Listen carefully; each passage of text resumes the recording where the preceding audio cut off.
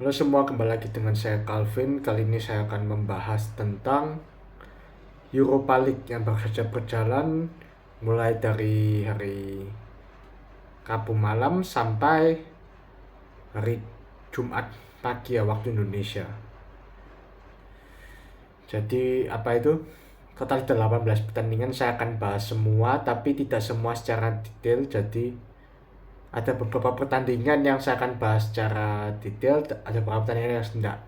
Karena nggak semua pertandingan saya lihat langsung gitu. Jadi kita akan bahas 18 pertandingan ini. Oke, jadi saya akan bagi 2 hari. Jadi saya akan ini hari pertama sama hari kedua. Karena kalau Champions League 3 hari, ini 2 hari gitu.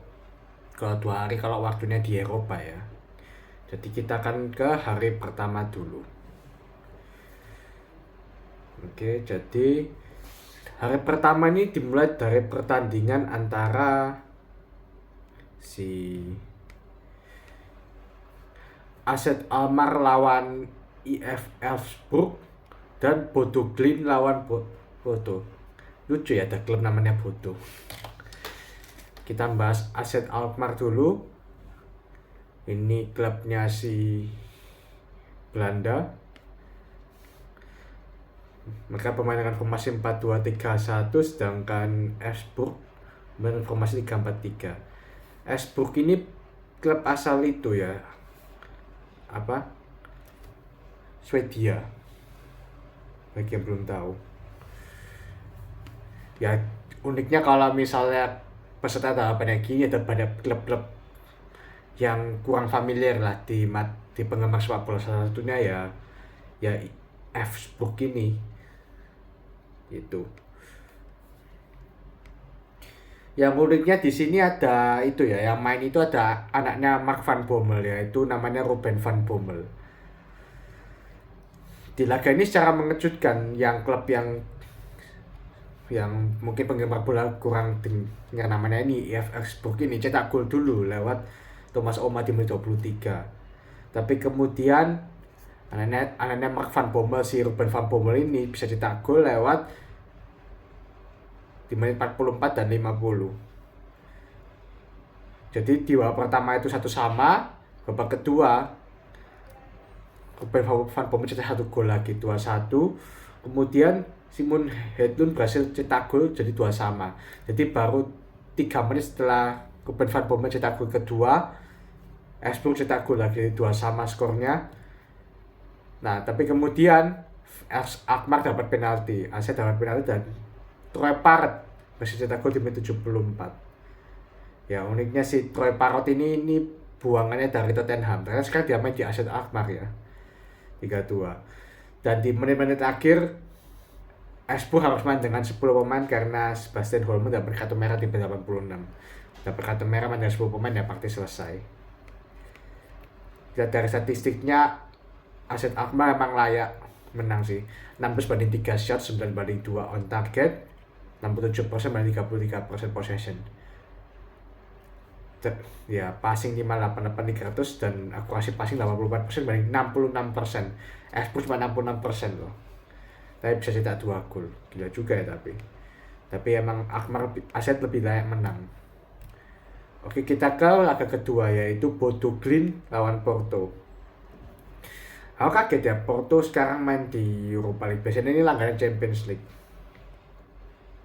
Apalagi lawan tim namanya Bodo. Bodo pemain formasi 4-3-3, sedangkan Porto pemain formasi 4-2-3-1. Di sini ada diperkuat juga Diogo Costa, jadi itu kiper timnas Portugal. By the way, masih main PP. Yang PP senior sudah pensiun ya. Ini PP muda nomor 26. Yang PP 41 tahun masih pensiun. Oke, jadi Porto cetak gol dulu lewat Sambo Omroto di menit 8. Dan kelihatannya semua akan berjalan lancar untuk pendukungnya Porto. Ternyata enggak. Karena Bodo Glimt cetak gol lewat Kasper Heg di menit 15. Dan kemudian bisa membalikkan kedudukan lewat Jens Peter Hauts di menit 40. Sebenarnya ya skornya kan 2-1. Kemudian di babak kedua Bodo itu dapat kartu merah, jadi harus bermain dengan 10 pemain lawan Porto karena si Isak Vibik namanya itu kena kartu merah di 51. Tapi ternyata Porto tidak mampu memaksimalkan itu, bahkan kebobolan lagi Porto ya lewat golnya si James Peter Hauge di menit 52. Jadi dia cetak 2 gol. Gila, jadi Bodo Glimt sudah unggul 3-1 di menit 62. Dan Porto akhirnya bisa memperkecil kedudukan lewat Dennis Gol di menit 90. Tapi tetap kalah 3-2 ini lawan tim Bodo ini ya unforgivable bagi Porto. Porto yang biasanya main di Liga Champions, sekarang main di Liga Eropa aja sudah turun. Nah ini apalagi kalah lawan Bodo Glimt. Jadi aku nggak tahu apa jadi dengan Porto ini. Hancur Porto. Padahal kita statistik ya, 11 banding 28 shot. Porto cuma ada 28 shots. Shot attack-nya 7-9. Kipernya Bodo juga luar biasa ya, melakukan 7 save. Gila nggak? Possession 37%, 63%, passing 354 banding 82, dan akurasi pas 82%, 89%. Padahal secara statistik Porto lebih mendominasi loh, apalagi mereka main dengan 11 pemain lawan 10 pemain Bodo di sejak menit 51 lah. Tapi akhirnya kalah, jadi yang memalukan juga si Porto ini. Bisa kalah. Dan inilah Indonesia walaupun tidak bisa diprediksi. Laga ketiga ada Galatasaray lawan PAOK. Tadi Bodo, sekarang PAOK. Aduh, kok nama klubnya lucu-lucu ya. Padahal tadi Bodo dari klub mana ya? Dari negara mana ya? Si Bodo ini. Dia dari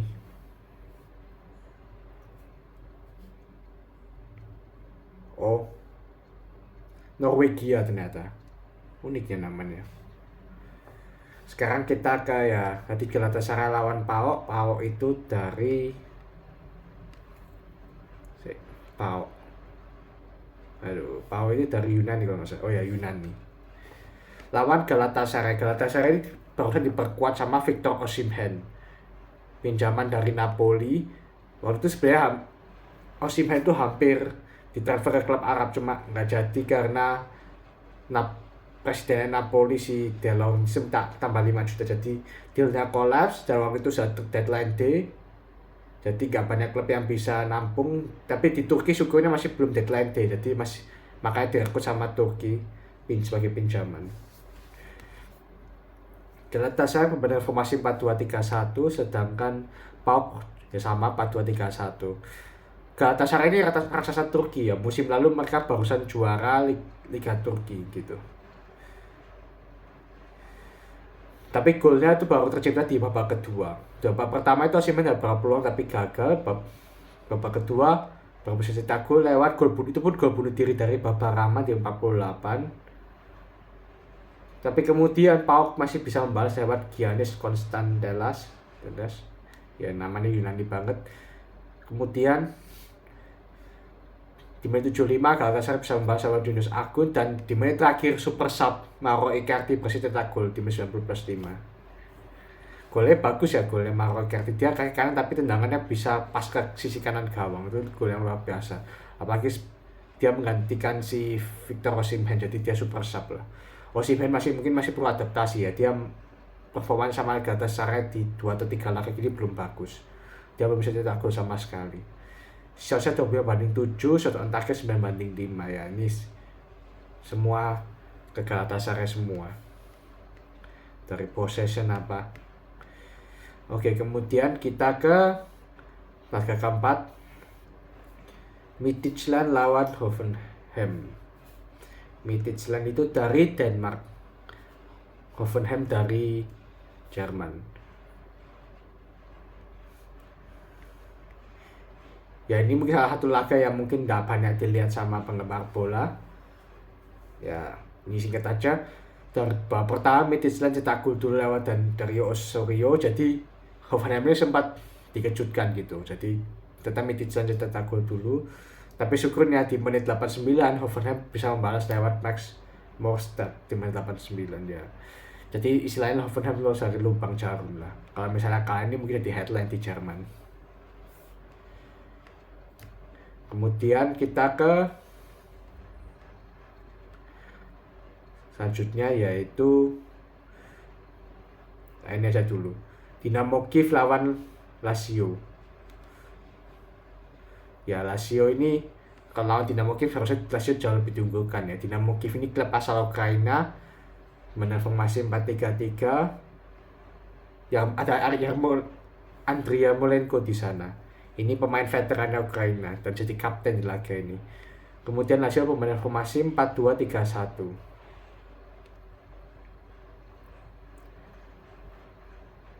Di sini yang bersinar adalah strikernya Lazio Cibolani dia. Di 4 menit dia sudah cetak gol 1-0. Kemudian di menit 33 Lazio cetak gol lagi lewat Visayo Dele Basiro, dan di 35 Lazio cetak gol lagi lewat dia lagi. Bolai dia maksudnya. Jadi bolai dia cetak 2 gol. Kalau aku lihat ini aku sempat lihat live juga, ini seru maksudnya tapi memang bisa satu sisi, jadi Lazio memang terlalu kuat lah bagi Dinamo Kiev. Di babak kedua apalagi Dinamo Kiev harus bermain dengan 10 pemain setelah Maxim Baharu di kartu merah di menit 72, tapi Lazio ternyata juga ikut-ikutan kena kartu merah. Jadi Tijani Noslin kena kartu merah di 82 ya. Apa jadinya ya, ini 10 lawan 10 istilahnya sejak menit 82 ya. Dan hebatnya Lazio walaupun sempat bermain dengan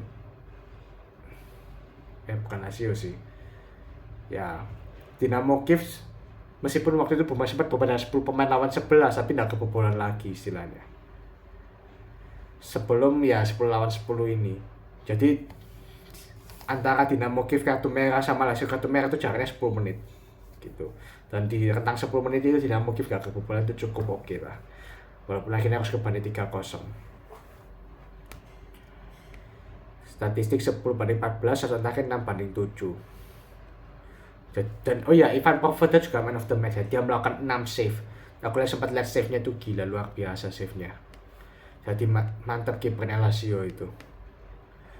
Kemudian kita ke match selanjutnya yaitu Ludogorets lawan Slavia Praha. Nah, ini juga match yang banyak mungkin nggak nonton juga. Ludogorets itu dari Bulgaria, Slavia Praha itu dari Republik Ceko. Ya, bahas singkat aja, jadi Slavia Praha cetak gol di babak pertama lewat Matej Jurasek di menit 37 dan Mojmir Citil cetak gol di menit 65, 2-0. Ya, nggak ada yang mengejutkan sih.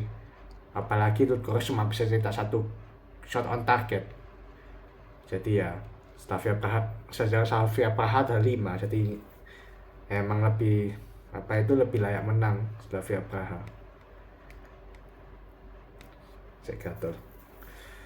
Kemudian kita ke laga selanjutnya yaitu siapa ini?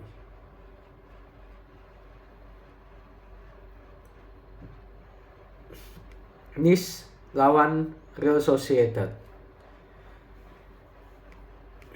Di Nice itu masih ada pemain, buset, ini sudah 41 tahun, namanya Dante. Ini mantan back Brasil. Tahun ini habis ini 41 dia, gila, masih main ya, belum pensiun juga. Dan dia jadi kapten. Nice bermain dengan formasi 3-4-3.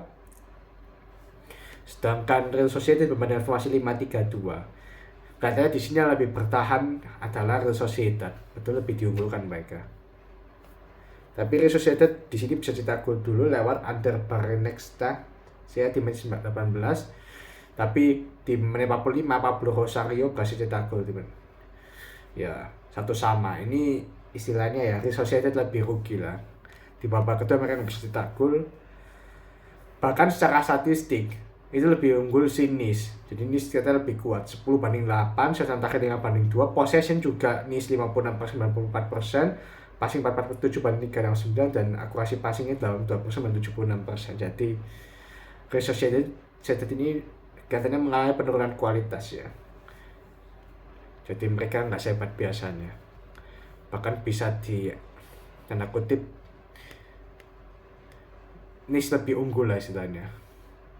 Bahkan bisa diunggulin Nice. Kemudian kita ke Anderlecht lawan Ferencváros ini dari klub mana lagi? Ferencváros ini dari Hungaria. Buset, banyak klub aku nggak tahu namanya. Anderlecht itu dari Belgia. Anderlecht itu raksasanya Belgia lah istilahnya.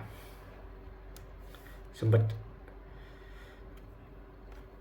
Anderlecht bermain dengan formasi 4-3-3. Oh no, Dan Donker ternyata. Dan Donker ini dulu pemainnya si Aston Villa dan Wolves. Sempat main di Liga Inggris, sekarang dia balik ke Belgia. Sedangkan Kasper Dolberg ini dulu sempat wonderkidnya itu Ajax kalau nggak salah. Sekarang main di Anderlecht ya. Makanya kalau pas aku lihat highlightnya, loh, kok ada Kasper Dolberg ternyata main di sini dia. Sedangkan Ferencváros bermain dengan formasi 4-2-3-1.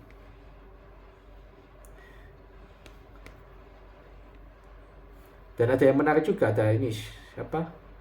Adama Traore. Beda, tapi beda Adama Traore ya. Aku pernah pikir Adama Traore yang dulu main di Wolves itu, ternyata bukan. Namanya mirip. Babak pertama nggak ada gol sama sekali. Babak kedua baru mulai ada gol lewat Jan Versace di menit 60, itu Anderlecht sudah cetak gol. Dan kemudian 6 menit berselang Anderlecht gagal penalti dan Kasper Dolberg berhasil cetak gol di menit 66. Akhirnya aku lihat orang ini cetak gol lagi di kompetisi Eropa. Tapi Anderlecht harus bermain dengan 10 orang sudah menit 81 karena Nielsen Aguilo di kartu merah. Dan Ferencváros sempat membalas karena dia kan 11 lawan 10. Ferencváros unggul jumlah pemain, dia bisa cetak gol lewat Adama Traore di menit 86. Bukan Adama Traore yang dulu Wolves itu ya, bukan. Tapi ya setelah 2-1 Ferencváros tidak mampu menyamakan kedudukan, jadinya ya Anderlecht masih bisa menang lah istilahnya. Jadi baguslah buat Anderlecht. Dan yang terakhir di hari pertama ada, ini aku sengaja simpan di akhir, ada MU lawan FC Twente. Nah ini yang ditunggu-tunggu juga. Kita baca line-up juga dari Twente dulu. Twente bermain dengan formasi 4-2-3-1. Ini ada pemain yang berapa yang familiar ya. Kayak kaptennya Ricky van Wolfswinkel ya. Ricky van Wolfswinkel itu dulu sempat dibeli sama Norwich. Norwich itu klub Liga Inggris dulu. Tapi sayangnya dia flop, dia akhirnya pindah-pindah ke beberapa klub. Dulu sempat bersinar di Sporting kalau nggak salah, Sporting Lisbon apa. Sekarang main di Twente ternyata. Dan umurnya sudah 35 tahun, sudah tua ternyata. Kemudian Lars Unnerstal, itu mantan kiper Schalke, itu klub Jerman. Sekarang main di Twente ternyata. Dan satu lagi yang ditunggu-tunggu banyak netizen Indonesia adalah Mas Hilgers. Ini back yang barusan naturalisasi ke Indonesia, jadi barusan diresmikan jadi warga negara Indonesia, dan penampilannya banyak ditunggu lah istilahnya melawan MU. Dia posisi sebagai back. Umurnya masih muda, masih 23 tahun. MU bermain dalam formasi 4-2-3-1 juga. Onana sebagai kiper, 4 back ada Masraoui, Maguire, Lisandro Martinez dan Dalot. Di tengah ada pemain baru, Ugarte dan Eriksen. Attacking midfielder ada Diallo, Bruno, Rashford, dan di ujung tombak ada Zirkzee, rekrutan baru juga. Jadi ada 2 rekrutan baru di sini. 3. Masraoui juga baru ini. Jadi babak pertama ternyata Twente yang menyerang dulu, sempat dapat peluang tapi gagal. Kemudian ini sempat dapat peluang juga. Jadi bolanya itu sempat kena si Mes Hilgers, tapi syukur nggak jadi gol bunuh diri karena kipernya Unnerstal melakukan save yang bagus. Kalau enggak itu bisa, ya mungkin bisa jadi headline itu kalau misalnya dia cetak gol bunuh diri Hilgers. Tapi MU sempat cetak gol dulu lewat Christian Eriksen di menit 35. Dan golnya cukup bagus, yaitu tendangan keras ke sisi kanan gawang. Kiper manapun tidak bisa nangkap itu, bagi dari jarak dekat. Tapi di babak kedua, Twente masih bisa membalas lewat Sam Lammers di menit 68. Ini kesalahannya siapa? Christian Eriksen.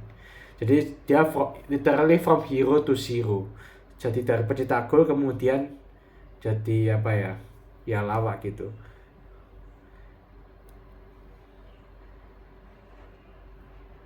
Sing apa ya? Jadi itu golnya yang 20 itu pertama dari Van Roots yang dia melewati 5 pemain gila, dribblenya melewati 5 pemain kayak siapa ya? Kayak Gareth Bale atau Messi dulu. Kemudian bola sempat direbut, bolanya kena ke Eriksen. Eriksen berusaha menguasai bola tapi direbut sama nomor Sam Lammers, nomor 10 Sam Lammers, dan Sam Lammers berhasil tendang ke sisi kanan gawang. Itu harusnya Onana bisa tangkap itu, tapi posisinya terlalu ke kiri dia. Karena itu dia tendang dari tiang dekat istilahnya. Satu sama ya, ini is not a good result for MU. Tapi bagi 20 ini hasilnya bagus karena bisa mengimbangi tanda kutip raksasa Inggris, dan Maguire tampil cukup bagus, dia berapa kali makan intercept penting. Jadi pemain MU literally hampir nggak bisa apa-apa. Jadi dia kokoh tadi pertahanan Maguire. Shotnya 19-7, shots on target 5-3, possession 57% banding 53%, passing 539 banding 405, dan akurasi passing 86% banding 80%. Bayangin dengan unggulnya statistik gini MU nggak bisa memanfaatkan, berarti emang lucu nih tim. Dan bagusnya Maguire ya, setelah pertandingan selesai dia sempat berfoto sama itu, dia ada fans timnas Indonesia yang nonton pertandingan ini, dan Maguire ajak foto juga karena dia juga lihat ada fansnya itu bawa bendera Indonesia. Jadi dia mungkin cinta sama tim Indonesia. Aku sih hebat lah Indonesia bisa dapat pemain berkualitas kayak Maguire ini, luar biasa Indonesia. Sama satu lagi Liano Reinders, adiknya Tijani Reinders. Oke, kita sekarang ke hari kedua. Hari kedua itu juga ada 9 pertandingan totalnya, dimulai dari Fenerbahce dan Union Saint-Gilloise dan Malmo versus Rangers dulu. Kita mulai dari Fenerbahce dulu. Ini klubnya Jose Mourinho sekarang. Fenerbahce bermain formasi 4-3-3. Itu beberapa pemain familiar di sini kayak Çağlar Soyuncu itu pemain Leicester, Sofyan Amrabat itu sempat bersinar pas Maroko ya. Pas Maroko ke semifinal Piala Dunia. Kemudian ada Fred yang pemain MU itu sing lucu itu. Kemudian ada En-Nesyri yang bawa pulang Portugal. Kemudian ada di Piala Dunia kemarin, dan ada Cengiz Under juga. Jadi ada banyak yang sempat main di Roma. Ya ada beberapa dan Livakovic itu kipernya Kroasia. Sedangkan Union Saint-Gilloise formasi kelima, dua yang aku tahu cuma satu, ada Kevin McAllister, itu kakaknya Alexis McAllister pemainnya Liverpool. Di pertandingan ini Fenerbahce lebih unggul ya, tapi ya dan mereka cetak gol dulu lewat Çağlar Soyuncu di menit 26. Kemudian ya 1-0 di babak pertama. Babak kedua USG harus bermain dengan 10 pemain karena Kevin McAllister kena kartu merah. Udah ketinggalan 1-0, kena kartu merah, jadi ya hapus juga sih USG ini. Klub ultrasonografi ini. Kemudian di menit 82 Fenerbahce gol lagi lewat gol bunuh diri Christian Burgess di menit 82. Jadi sudah kartu merah kena gol bunuh diri, apa juga. Tapi USG sempat membalas lewat Rosikas di menit 90+3. Jadi ya untuk mereka kedudukan lah. Bagus ya mereka dengan 10 pemain bisa cetak gol. Tapi ya Fenerbahce sempat kena kartu merah setelah Bright Oyarzun Samuel kena kartu merah di menit 90. Tapi Fenerbahce tetap menang 2-1 ya. Ini awal yang bagus bagi Jose Mourinho juga, menang tipis atas USG. Oh iya, satu lagi. Jadi USG ini sempat dapat penalti, sempat hampir menyamakan kedudukan, tapi siapa itu Livakovic berhasil tahan penalti itu. Jadi sempat dapat penalti USG tapi sempat ditahan. Total Livakovic melakukan 6 save, sedangkan kipernya USG melakukan 3 save. Jadi man of the match di sini ya mungkin Livakovic juga ya. Ya ini Fenerbahce lolos dari lubang jarum lah, hampir aja mereka seri, syukurnya mereka masih bisa menang. Kemudian Malmo versus Rangers. Malmo itu dari Swedia kalau bagi yang belum tahu. Dan ini mungkin gol tercepat di turnamen ini ya. Jadi Rangers sudah bisa cetak gol di menit pertama lewat Nedim Bajrami di menit 1. Tapi kemudian mereka bisa cetak gol lagi sampai babak kedua. Ross McCausland berhasil cetak gol kedua di menit 76. Yang Rangers unik sini, Rangers itu sempat ada itu ya, Jack Butland itu mantan kiper wonderkid itu mantan kipernya Stoke kalau nggak salah. Stoke sama siapa lagi ya, Crystal Palace juga sempat dibeli MU tapi tidak pernah dimainkan. Sekarang ternyata dia main di Rangers. Bahkan Malmo pun tidak bisa cetak satu pun shot on target, tidak ada. Jadi memang Rangers layak menang sih. Meskipun mereka pada kalah possession tapi efektivitas sangat mereka oke. Kemudian kita ke tandingan selanjutnya yaitu Braga lawan Tel Aviv. Tel Aviv ini klub asal Israel, Braga ini dari Portugal. Ya, mengejutkannya Tel Aviv berhasil cetak gol dulu lewat penalti Oser Davila di menit 30. Jadi di babak pertama itu Braga dikejutkan dulu lewat golnya pemain Tel Aviv. Baru di babak kedua di menit 88 baru Braga bisa cetak gol lewat Bruma di menit 88 dan 90 plus 5. Jadi istilahnya Bruma ini menyelamatkan Braga dari kekalahan. Padahal Braga ini salah satu raksasa Eropa loh, tapi tertati-tati lah. Dan shotsnya lebih gila lagi, 31 shots Braga. Tel Aviv cuma 10, shots on target 9-2. Jadi kiper Tel Aviv itu sempat melakukan total 7 save. Gila enggak? Tapi Tel Aviv di terakhir mereka dapat 2 kartu merah. Setelah Gravia Kanichowski sama Tirese Asante kena kartu merah. Hanya berselang 1 menit. Tapi karena di akhir tandingan jadi nggak terlalu ngefek ya. 2-1 ya, ini Braga juga lolos dari lubang jarum. Kemudian kita ke pertandingan selanjutnya yaitu Eintracht Frankfurt lawan Victoria Pleasant. Victoria Pleasant itu klub dari Ceko, Frankfurt dari Jerman. Frankfurt bermain formasi 4-4-2, sedangkan Victoria Pleasant bermain dengan formasi 3-5-2. Ini cukup seru ya, saling balas-balasan gol. Pertama Frankfurt cetak gol dulu lewat Hugo Ekitike di menit 38, tapi kemudian Pavel Sok, susah namanya, cetak gol di menit 41. Jadi hanya berselang 3 menit Pleasant bisa berhasil menyamakan kedudukan. Di babak kedua si Eric Junior Dina Ebimbe, panjang banget namanya, cetak gol di menit 62. Dan kemudian bahkan bisa memperbesar kedudukan lewat Rasmus Christensen di menit 67. Hanya berselang 5 menit. Jadi dalam 5 menit di babak kedua sudah unggul 3-1. Tapi di menit-menit akhir Victoria Pleasant masih berhasil cetak 2 gol lewat Prince Kouabenatu di menit 86 dan Vaclav Jemelka di menit 90 plus 2. Ini sebenarnya hasilnya lebih merugikan Frankfurt karena Frankfurt lebih diunggulkan menang, tapi ternyata Victoria Pleasant berhasil menahan imbang. Shotnya 19-13, shot on target sama-sama 6. Jadi dua tim ini sama-sama efektif ya, 50%-nya gol. Ya, possession lebih banyak Eintracht Frankfurt 68%, passing 65 dan akurasi passing 87%. Jadi ya Frankfurt kehilangan 2 poin, Pleasant dapat 1 poin. Kemudian kita ke laga selanjutnya yaitu Roma lawan Athletic Bilbao. Nah ini aku lihat live juga pertandingannya. Roma pemain Kroasia 352, Sevilla jadi kiper.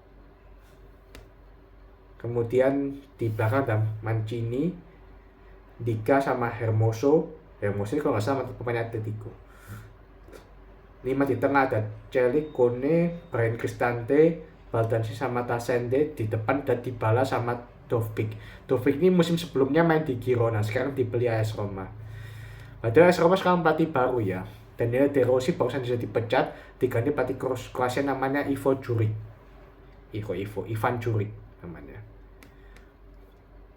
Hari ini kalau nggak salah debut bagi Ivan Juric. Atletico bermain formasi 4-2-3-1. Yang menarik kipernya bukan itu ya, Unai Simon ya. Mungkin masih cedera, jadi si Julian Aguirre Zabala jadi kiper. 4-2-3-1. Ada Inaki Williams. Ya itu aja siapa tahu.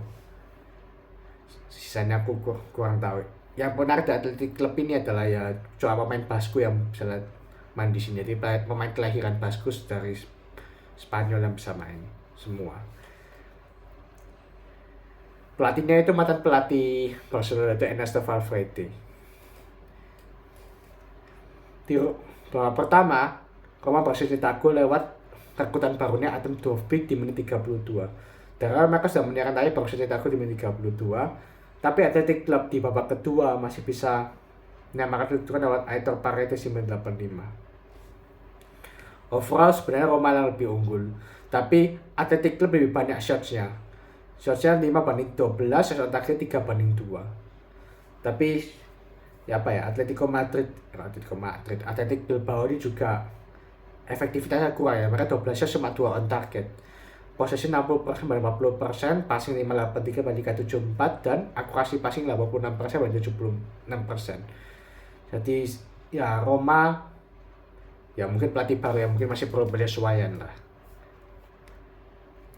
Athletic Club untuk dapat 1 poin lah istilahnya. Kemudian ya dua klub nggak jelas juga. FCSB lawan RFS. Satunya RFS klub Latvia, satunya klub Steaua Bucuresti ya. Oh ini dulu bagus ini Steaua Bucuresti ya. Ini dulu penguasa Eropa ini, sekarang main di Liga Eropa. Ini klub dari Romania. Ya Steaua Bucuresti ya di laga ini tak cek itunya line up-nya, ada yang aku tahu nggak?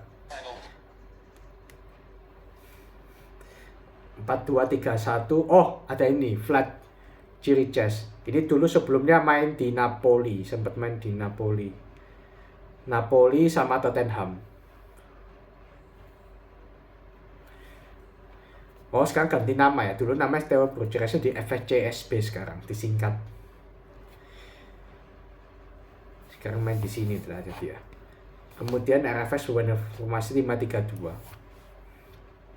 Ya di sini lebih diunggah Steaua Bucuresti sih, dan itu terbukti. Daniel Briglia cetak gol di menit 8 membuat FCSB unggul dulu. Kemudian Mario Stefanescu di menit 32. Oh ya, tapi RFS sempat itu ya menyamakan kedudukan di menit 23 lewat Silka Puščák, tapi ya unggul lagi lewat Mario Stefanescu tadi.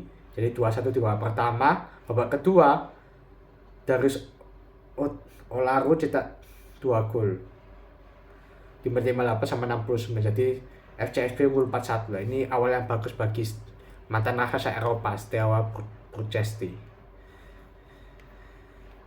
Kemudian Ajax lawan Besiktas.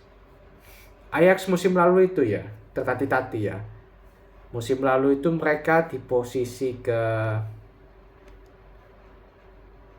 ketiga ya, mereka 3. Padahal di awal-awal mereka sempat hampir degradasi bahkan. Jadi mungkin di paruh kedua mereka bangkit sampai peringkat 3, supaya mereka bisa main di Liga Eropa. Ajax bermain formasi 4-3-3. Di sini ada mantan pemain Liverpool ya, Jordan Henderson, dan dia jadi kapten di laga ini. Kemudian ada siapa lagi yang aku tahu? Pashvir ini kalau nggak salah aku tahu ini sebelumnya main di Remco Pashvir. Oh, PSV, iya, pantesan. Basic test pembenahan formasi 4-2-3-1. Ya mainnya nggak ada yang aku tahu. Dan Ajax di sini unggul jauh ya atas basic test dan terbukti tim Liga 1 Ajax cetak gol lewat Kian Fitzjim 1-0 di babak pertama. Babak kedua Mika Guts berhasil cetak 2 gol di menit 73 dan Kenneth Taylor di menit 55. Jadi 4-0 bagi Ajax dan layak menang si Ajax. Basic test hampir nggak bisa buat apa-apa, bahkan mereka nggak bisa buat shot on target. Jadi unggul mutlak lah Ajax. 17-6, shot on target 9-0. Bahkan kipernya basic test hanya melakukan 5 save. Possession 46% banding 54%. Padahal possession kalah tapi dibiarin kuasai bola tapi nggak ada shot on targetnya. Jadi buat apa juga. Passing 446 banding 502 dan akurasi passing 85% banding 86%. Walaupun kalah 4-0 tadi umpannya basic test cukup oke ya. Banyak yang tepat sasaran gitu. Kemudian kita ke laga selanjutnya lagi yaitu Lyon lawan Olympiakos. Ya, Olympiakos itu klub asal Yunani. Lyon bermain formasi 4-2-3-1, ada beberapa pemain yang juga aku tahu dan Nemanja Matic ini mantan pemainnya MU dan Chelsea. Kemudian Corentin Tolisso ini mantan pemain Bayern Munchen, sekarang main di Lyon ternyata. Dan yang paling terkenal ada, sebelum itu ada siapa? Maitland Niles itu mantan pemain Arsenal. Tagliafico itu mantan pemain Ajax. Dan yang terakhir yang paling terkenal ada Alexander Lacazette. Itu mantan kaptennya Arsenal juga, sekarang ngaptenin Lyon. Olympiakos bermain formasi 3-5-2. Ada pemain yang aku kenal. Di babak pertama belum ada gol ya. Jadi baru bisa cetak gol Lyon di babak kedua lewat Ryan Cherki di menit 65 dan Said Berrahma di menit 71. Said Berrahma ini dia cadangan. Ternyata di cadangan juga ada siapa itu Wilfried Zaha, itu mantan pemainnya Crystal Palace. Jadi banyak pemain yang main di Liga Inggris ya. Sempat main di Liga Inggris. Said Berrahma ini mantan pemainnya West Ham. Sekarang ternyata main di Lyon dia. Di menit 71 dia masuk sebagai pengganti dan cetak gol, super sub berarti. Di statistik ya singkatnya Lyon unggul kabeh. Tapi Olympiakos sempat ada 3 shot on target, jadi kipernya Lyon harus melakukan 3 save. Oke, kemudian di laga terakhir ada Tottenham si ayam sayur lawan Karabakh. Karabakh ini klub dari mana lagi? Azerbaijan, buset. Dari negara banyak negara ya Eropa ini. Tottenham bermain dengan formasi 4-3-3, Vicario dari kiper, kemudian di belakang ada Gray, Dragusin, Van de Ven sama Ben Davies. Di tengah ada PM Sar, Bissouma sama Bergval. Ini pemain baru ya kalau nggak salah. Bergval ini. Dia dari Swedia, pemain baru. Di depan ada Johnson, Brennan Johnson, Dominic Solanke sama Heung-min Son. Ini 3 sering dipasang sebagai starter ya, 3 penyerang ini. Kapan hari itu dia sempat cetak gol indah kalau nggak salah lawan siapa gitu aku lupa. Lawan klub Liga Inggris lah pokoknya. Karabakh bermain dengan formasi 4-2-3-1. Ada Juninho main di sini. Juninho itu sebelumnya main di, kok saya pernah dengar ya Juninho ini. Bentar ya. Atletico Paranaense. Nggak tahu. Ternyata beda. Oke, jadi tapi Tottenham ini dari awal laga mereka harus bermain dengan 10 pemain. Kenapa? Karena di awal Dragusin kena kartu merah, jadi harus bermain dengan 10 pemain sejak menit ke-7. Ya, Dragusin juga melakukan pelanggaran yang bodoh lah kalau lu tarik gitu lawan kartu merah. Apalagi dia last man standing, jadi kartu merah lah ya.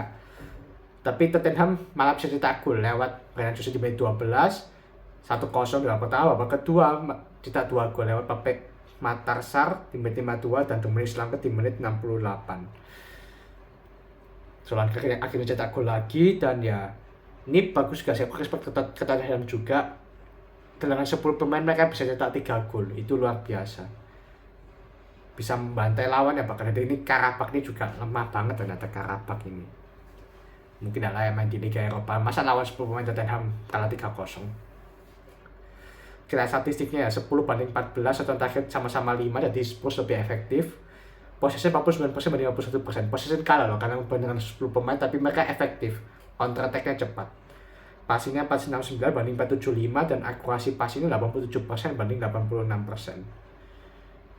Karabakh lumayan lah, akurasi passingnya 86%. Tapi Tottenham juga dengan 10 pemain 87% itu hebat sih. Oke, jadi sekarang kita lihat sudah 18 match ya. Jadi kita lihat apa itu tabel klasemennya.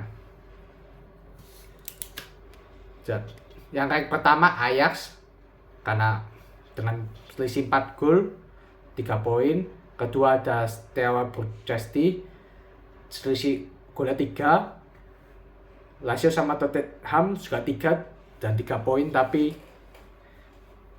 golnya lebih banyak dicetak sama Steaua Bucuresti, cuma mereka kebobolan 1 gol.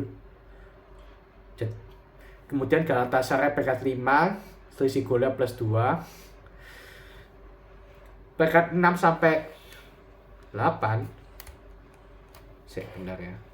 Peringkat 6 sampai 8 itu Rangers, Slavia Praha, Lyon itu sama-sama 2 gol dan 3 poin. Tapi Galatasaray lebih unggul karena golnya lebih banyak dicetak, dari 3 kebobolan 1. Ke-9 ASEC Alkmaar, mereka cetak 3 gol kebobolan 2. Selisih golnya 1 dan 3 poin. Ya 11 Anderlecht cetak 2 gol kebobolan 1 +1. 12 Fenerbahce 12 sampai ya 13 sama ya. Jadi +1 dan cetak 2 gol kebobolan 1. Jadi peringkat 1 sampai peringkat 13 itu 3 poin. Peringkat 14 sampai peringkat ke-23 1 poin, dan peringkat 24 sampai sisanya sampai 36 0 poin karena kalah di laga awal. Ini tabel klasemen sementaranya. Itu sih dari saya. Ini aku bikin 18 pertandingan supaya, karena emang apa itu, ini adalah format baru Liga Champions, Liga Eropa, dan konferensi. Nanti kalau sempat nanti saya juga bikin 18 laga juga analisanya. Gitu sih, untuk merayakan format baru ini. Itu saja sih dari saya. Terima kasih sudah menonton.